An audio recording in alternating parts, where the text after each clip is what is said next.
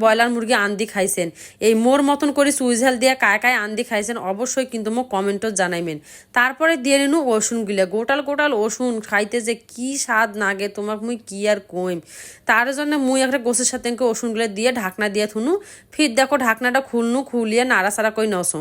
আর একটা জিনিস তোমাক মুই কসো, যখনে মুই ঢাকনা দিছু তখনই কিন্তু মুরগি থেকে পানি মেলাছিল মেরা, সেইগুলা পানি দিয়ে কিন্তু মুই ভালো করে কষে কষে নিছু। এখন কিন্তু কষাইতে কষাইতে একেবারে তেল বাড়ে গেছে, তোমরা দেখি আজ বুঝবার পারছেন কত সুন্দর করে কষাকষি করা হয়েছে। যখনে দেখবেন এনকে কষাইতে কষাইতে একেবারে কড়াই চাইরো পাকে নাগিয়ে আইসছেন, তখনই বুঝবেন যে আমার কষাকষি কিন্তু হয়ে গেছে।